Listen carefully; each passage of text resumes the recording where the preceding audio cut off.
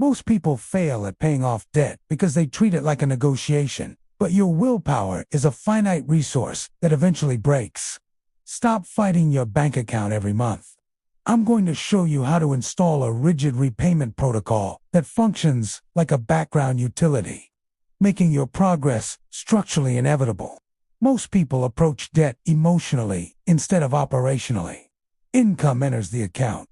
Bills attack immediately. Stress increases. Emotional spending quietly drains cash flow. And debt repayment becomes whatever survives afterward, if anything remains at all. This creates a dangerous cycle where people constantly restart financial progress every month, while balances continue growing silently underneath the surface. Another major issue is decision fatigue. Most people make dozens of financial decisions every week, and eventually, emotional exhaustion wins. Wealthy individuals usually understand something different. Financial freedom is rarely built through motivation alone. It is built through systems capable of functioning during stressful periods automatically. Another important principle is understanding that debt destroys future flexibility because future income becomes committed before it is even earned. Every recurring balance quietly reduces freedom, increases stress, and limits long-term options. This is why eliminating debt requires more than discipline temporarily. It requires structural automation strong enough to survive emotional inconsistency long-term. The repayment protocol we are building is designed to remove negotiation from the process completely. Your debt payments stop becoming emotional choices and start becoming automatic operational functions that continue regardless of mood, stress, or temporary setbacks. The first step in building a fixed repayment protocol is calculating the financial delta, because no repayment system works without operational clarity. Most people do not actually know how much usable cash flow exists every month, because spending has become emotionally blended with survival expenses. Convenient spending, subscriptions, financing, impulse purchases, and recurring obligations. The financial delta is the difference between income and true survival expenses. This number becomes the fuel source powering debt elimination. Start by calculating the exact monthly cost of survival.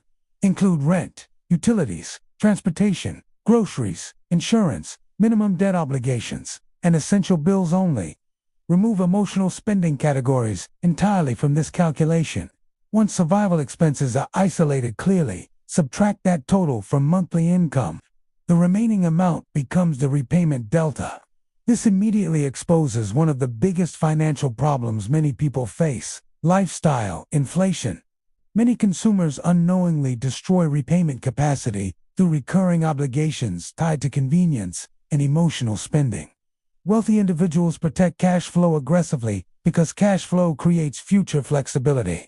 Another important lesson is understanding that small repeated expenses often matter more than occasional large purchases, because recurring spending quietly consumes repayment power continuously. Another major principle is operational honesty. Most people sabotage debt repayment because they create unrealistic budgets based on temporary motivation instead of sustainable systems. The repayment delta must remain realistic enough to survive stressful months consistently.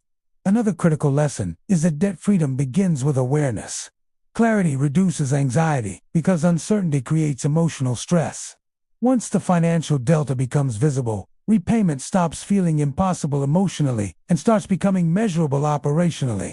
The second step is the most important part of the protocol: diverting the repayment delta before it ever touches your primary spending wallet. This is where most people fail financially, because they attempt debt repayment after emotional spending already happened. Wealthy individuals often reverse this process entirely. Ownership, investing, savings, and debt elimination happen first automatically, while lifestyle adjusts afterward. The moment income arrives, predetermined transfers should immediately redirect repayment funds toward debt accounts before discretionary spending begins. This removes negotiation from the process completely. Another major principle is understanding that money left sitting inside a spending account becomes psychologically available emotionally even when someone intended to use it responsibly later. This is why automation matters so much. The repayment stream should activate instantly once income is deposited. Modern banking tools make this process easier than ever. Automatic transfers, split direct deposits, scheduled payment routing, separate repayment accounts, and banking automation systems can all reinforce operational consistency. Another important lesson is reducing friction for positive financial behavior while increasing friction for emotional spending. Spending should require intentional effort, while debt repayment should happen automatically in the background. Another major issue many people face is emotional justification. Unexpected stress, difficult weeks, social pressure, or temporary frustration often create spinning rationalizations that interrupt progress repeatedly. Automated repayment systems reduce those emotional interruptions dramatically because the money moves before emotional decision-making begins.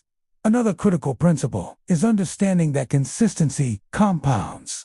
Even moderate repayment streams, repeated automatically every month, eventually create dramatic financial transformation because debt balances begin shrinking predictably instead of randomly. The third step is installing rigid automated repayment logic capable of functioning without daily emotional management. Most people attempt debt payoff manually every month, which turns repayment into repeated emotional decision-making. That approach usually fails eventually because willpower is finite. Operational systems survive stressful periods better than motivation ever will. Use modern banking automation aggressively. Split direct deposits whenever possible, so repayment funds route directly into debt elimination accounts automatically before reaching spending accounts. Create automatic transfers scheduled immediately after payday. Install recurring debt payments above minimum obligations so balances shrink aggressively without requiring manual approval every month. Another powerful strategy is creating layered repayment streams. One automated payment handles minimum obligations while secondary transfers aggressively attack the highest interest balances or smallest balances depending on the repayment strategy chosen. Another important principle is reducing psychological access to repayment funds. Separate repayment accounts create friction between emotional spending impulses and money intended for debt elimination. Another major lesson is operational simplicity. Complicated systems often fail during stressful periods because complexity increases friction. Wealthy individuals usually simplify financial systems intentionally because simplicity scales better long-term. Another important factor is visibility. Track balances consistently and monitor progress visually because measurable progress creates psychological momentum. Momentum reinforces discipline naturally.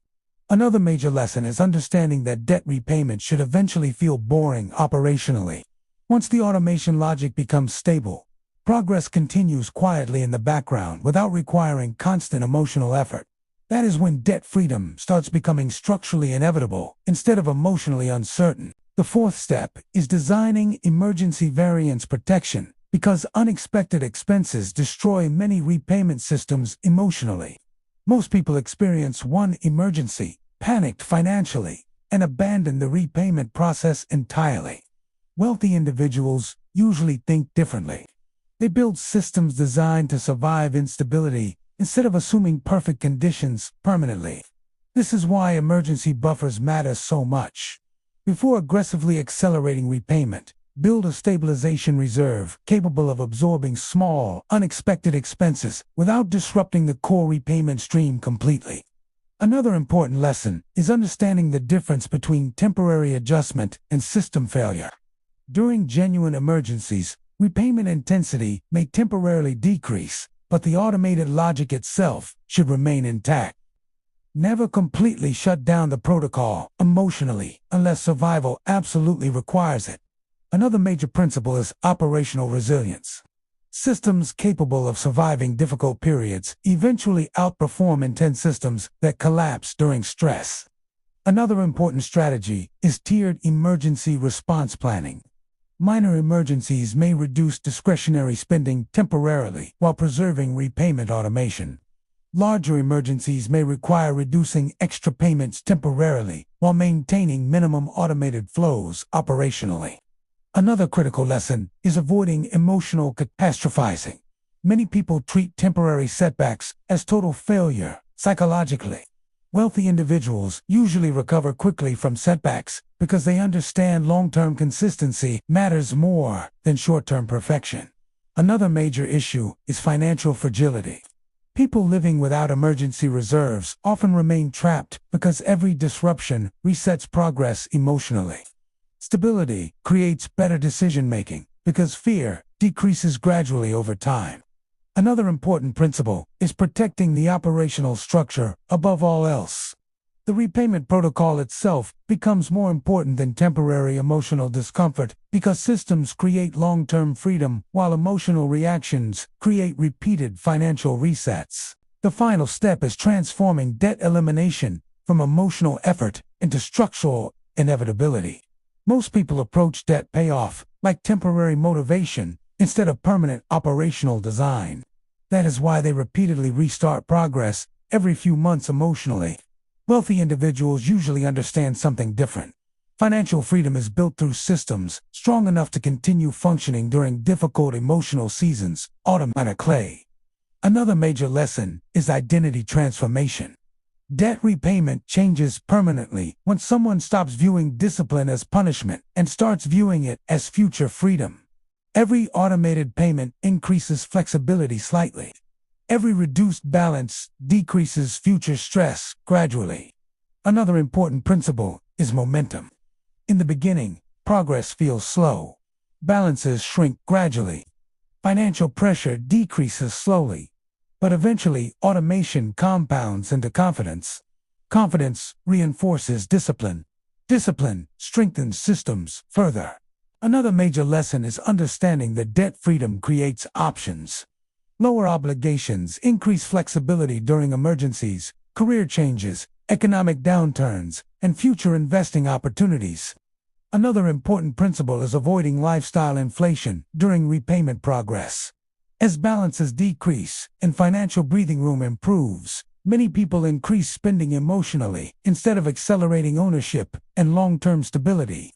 Wealthy individuals often prioritize flexibility over appearances because freedom creates peace of mind. Another critical lesson is patience. Most people dramatically underestimate how long debt elimination takes while simultaneously underestimating what disciplined automation can accomplish over several years. Real financial progress usually happens quietly before becoming obvious later. Build systems. Automate repayment. Protect cash flow. Reduce emotional spending. Maintain operational consistency. Let structure eliminate negotiation entirely. That is how real debt freedom is built. If this helped, then like and subscribe to the Daily Yield. Because we're building real financial progress, one step at a time.